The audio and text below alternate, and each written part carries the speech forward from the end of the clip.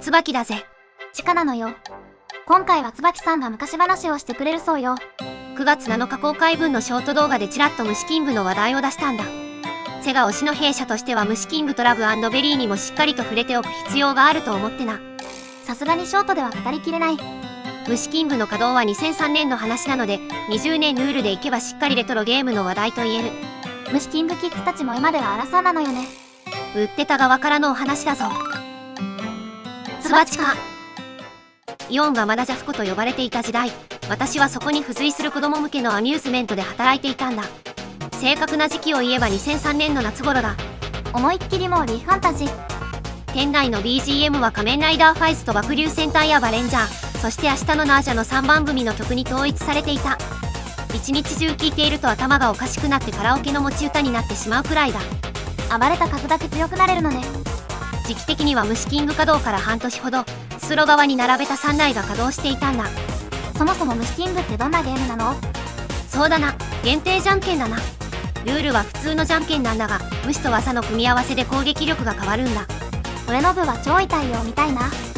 そんな感じだ。虫と技には相性ってのがあってな、強い虫だけ持っててもダメなんだ。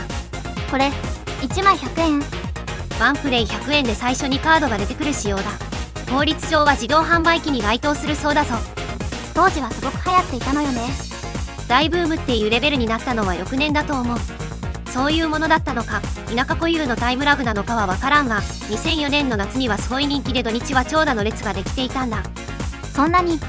むしろこの年の思い出としては、初代プリキュアが放送開始の年だった。今も続いてる人気シリーズね。おかげさまで前の年に仕入れたナージャのお面が全然売れないんです。1年で終わるなんて思ってなかったんだ。お邪魔女ドレミも4年くらいやってたろう。最終的にボールプールで遊んでくれたお友達にタダでプレゼントしていたぞ。不良在庫にも税金がかかるのよね。この時に稼働していた3台のうちの1台が中身がドリームキャストだったんだ。他の2台はナオミだったと思う。ドリームキャストってそのまま入ってたの？基盤だけとかそんな感じ？いや、私たちのよく知るドリームキャストが鎮座していたぞ。でもウィキで虫キングの項目を調べても中身がドリキャスだったって記述は見つからないんだ。マンデラエフェクトってやつかもしれない。当時を知るセガの人がいたらコメントください。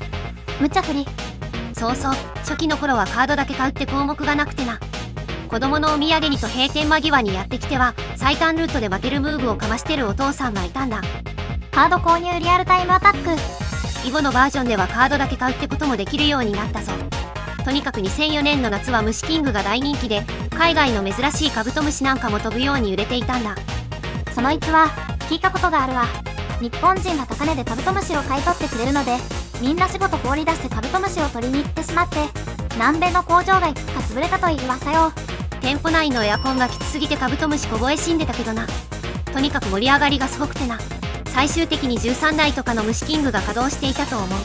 中央の1台はゲーム画面を大型モニターにも出力して、毎週日曜日には大会が開かれていたんだ。それは大した盛り上がりね。言い換えればじゃんけん大会なんだけどな。不思議と毎回同じ子が優勝しちゃうんだ。普通のじゃんけんではないので、やっぱり賢い子が勝っちゃうのかしら。子供の心理を知り尽くしてる子供って感じだな。生時間映えるから絡め取られる感じだ。その子が最も苦手としていた対戦相手はルールを理解していない3歳児だったからな。この人気はいつまで続いたの？2005年にバンダイからデータカードダスが出るまでだな。データカードダス？内容はまるっきり虫キングと同じなんだが、虫じゃなくてドラゴンボールなんだよ。これは勝てない。セガも恐竜キングで対抗するが全く流行らなかったんだ。バンダイは他にもナルトやデジモン、ワンピースといった人気 IP を次々と投入してくるんだ。これは完全に勝負あったわね。しかしセガはすでに先手を打っていたんだ。2004年の秋にはおしゃれ魔女ラブ&ベリーが稼働していたんだ。女の子向けの虫キングね。競合他社が虫キングのシェアを奪いに来る中、セガは次の市場を開拓していたんだ。これ確かめちゃくちゃ売れたのよね。 DS 版のソフトはセガが出した貴重なミリオンヒットだぞ。セガのミリオンヒットはバッチャッツとこのラブ&ベリーだけなのよね。そういう意味では虫キングは惜しかった。 DS のラブベリーが爆発的に売れた理由は専用のカードリーダーだ。アーケードで手に入れたカードを家でも使えたのね。これがバカウケでな。普段 DS で遊ばない女の子がこぞって DS を買い求め、ラブベリの本体同梱パックまで出たんだ。このカードリーダーは虫キングでは使えなかったの？最終的には使えたんだが、タイミングが悪かったんだ。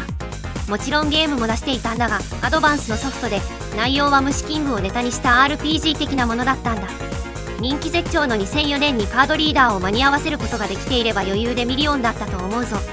ラブベリの対抗馬はいなかったの？カプコンの変な犬と宝のリカちゃんは早い段階で挑んできたが、これは余裕で返り討ちにした。犬は中高生女子の間でぼちぼち遊ばれていたが、リカちゃんは全く存在感を発揮できていなかったな。でも最終的にはデータカードダスのプリキュアに駆逐されてしまったぜ。この市場は完全にバンダイに掌握されたのね。結果的にはそうなってしまったが、ここはセガの先行逃げ切りだと思うぜ。仮にデータカードダスが先に出ていたら虫キングもラブベリも大爆死だっただろう。セガが時代の先をこけずに走り抜けた貴重な事例だと思うぞ。この頃ってゲームセンターのカードゲームが多かったわよね。個人的に好きだったのはセガのクエストオブ D だな。見たことはあるわ。これがまたカード読まねえんだわ。カード読まないって？内容的にはオンライン対応のアクション RPG でな。アイテムやスキル、召喚モンスターといったカードからなる最大35枚のデッキを組んで遊ぶゲームなんだ。束ねたカードデッキをそのままマシンに突っ込むんだが、半分くらいはカード読んでなくてな。最悪エラー吐いてデフォルト構成でスタートさせられるんだ。それはつまらないでしょ。2005年には三国志大戦が流行っていたな。いろいろな漫画家さんのイラストを提供していたわね。その利点、MMR の人だろ。孫権は旅先で脱しそう。このゲーム、アーケードではあんまりプレイしてないんだ。DS 版は買ったと思う。当時はセガに麻雀しに行ってた勢いすらある。ネット対応のアーケードが増えたのもこの頃かしらね。ちなみに虫キングは海外展開もしていたのよ。マジか、タイトルは虫キングのままなのか。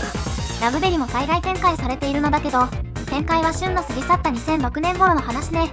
在庫処分やないか。シンガポールやタイのバンコクでは未だに稼働しているようで、プロのおしゃれ魔女は英語版のカードを持って海外まで行くそうよ。筐体買った方が安そう。つばちか。はい、適当にだべったところで今日はここまで、と見せかけて虫キングを実際に遊んでもらうわよ。軽く一回遊んでちょうだい。これメスキングやないか。メスキング似たようなものでしょ。そもそもメスキングカードをあんまり持ってないだろ。別に集めに行ってもいいのよ。このままでいいです。君の昆虫カードを選んでね。こちらは龍が如く極みに収録されているミニゲーム。要はセガによるセルフパロディになるわ。カムロ町のいろいろな場所に落ちているメスキングカードを集めて子供たちと対戦できるんだ。しっかり100円取られるけどカードは排出されない鬼畜仕様だ。技カードを全然持っていないので選択肢がないわね。大丈夫大丈夫。変にリアルな作りなんだ。